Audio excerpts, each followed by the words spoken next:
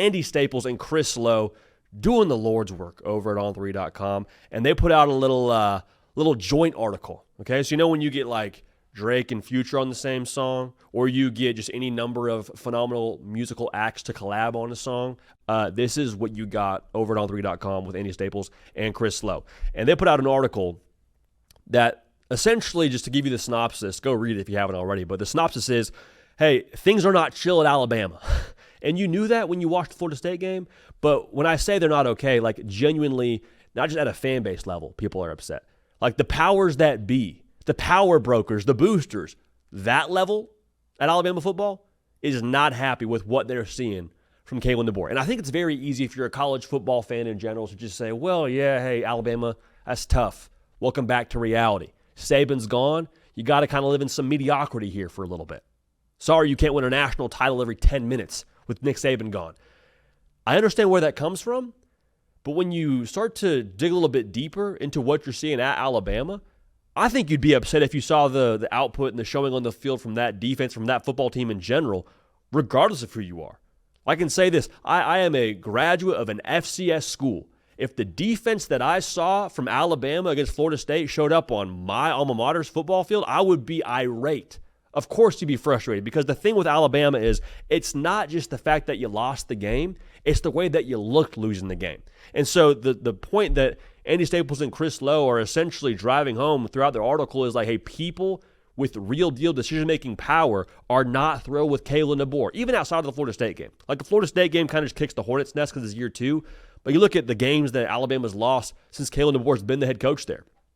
Like double-digit spreads where Alabama's favored to win the football game, losing those games. That's unacceptable anywhere. Like people say it's the Nick Saban effect and he's gone and so you have to kind of settle with some mediocrity. Yeah, maybe, but not necessarily to this level. Like Alabama isn't just mediocre. Alabama's been bad in a number of different spots to where they shouldn't be bad. And the other part about this that's tough for Kalen DeBoer, just kind of to call a spade here, Chris Lowe and Andy mentioned this in their article, like his persona sort of works against him. Like, what do you think of when you see Kalen DeBoer on the sideline? Chill, composed, kind of the opposite of Nick Saban, right? Also, to put the cherry on top, Kalen DeBoer is coming over to Alabama from a Pac-12 school. So you have a persona you're not used to, plus the label in some way, shape, or form of, hey, he's an outsider to the SEC, he's an outsider to Alabama. When things aren't going well with those labels kind of as your precursor, it looks like you don't care. It looks like you don't care when you're being chill, and it looks like you don't get how to win at a place like Alabama when you don't have success and you're not from the SEC ecosystem. So it's hard when you look at Alabama to point to anything but coaching as to why they're not having success, because we all said the same thing over the entirety of the last however many months. What did we say when we talked about Alabama at media days? Super talented. Roster's probably top 8, top 5 in college football. Alabama has what they need to win football games, so why are they not winning games? You say coaching.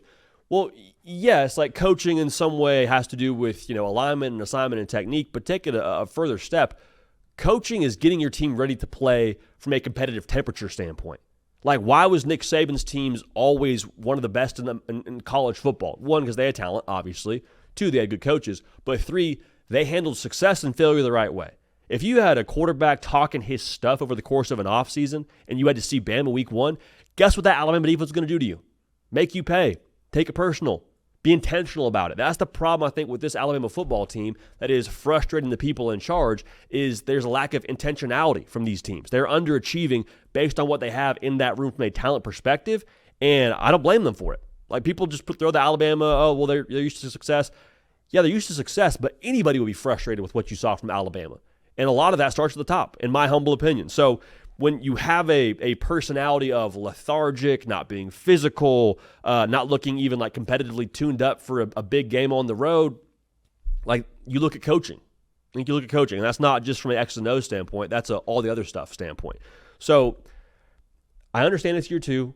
I understand Kalen DeBoer has got a lot of skins on the wall. I think he's probably a top 10 coach of college football. You can make a case for him being a top 5 coach of college football, depending on how you wanted to look at his achievements at Washington going into the season. But with the data we have now, it is week 1, so it's very, very early. But this is not a situation where, lose a couple of more games like that. Hey, it's only year 2. Give him some time. Give him time to get his guys in there. Hey, Keelan Russell's a 5-star. Give him some time to get his young bucks acclimated and ready to play ball. Kalen DeBoer has what he needs. If they have more losses like you saw against Florida State the rest of the year, Kalen DeBoer may very well be out of a job. I'm not calling for that. I'm not predicting that, but I just want to make sure we're all aligned. The people at Alabama that are in charge are not happy with what they're seeing, and they have every right to be unhappy. There's a standard at Alabama, and it's not just from what Nick Saban did. It's a Bama standard from that fan base. It goes back to Bear Bryant. There's a certain level of pride in Alabama football, not just the wins and losses, but the way that you actually play the game, and they are failing to meet that standard massively over the course of the last season and really the first game in the 2025 season. I'm not predicting that, but I want to make sure we say that out loud. So we kind of give that rant. We give you that pretense. That's essentially what the article implies when you go read what Andy Staples and Chris Lowe wrote. Great stuff there. Great intel. Go make sure you're locked in with that article.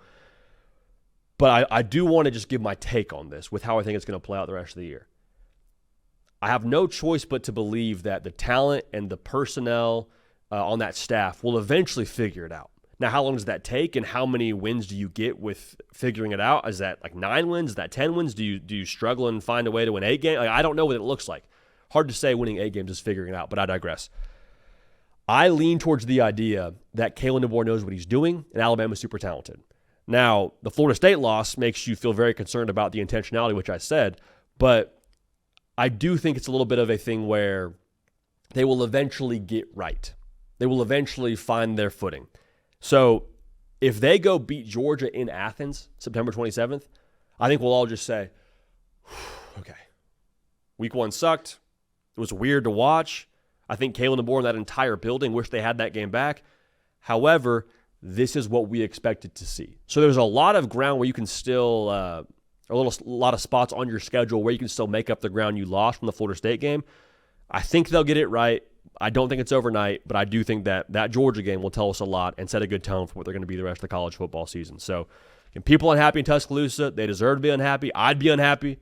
I don't think it's totally cooked just yet, but they got some ground to make up. They got some steep incline to climb, if you will.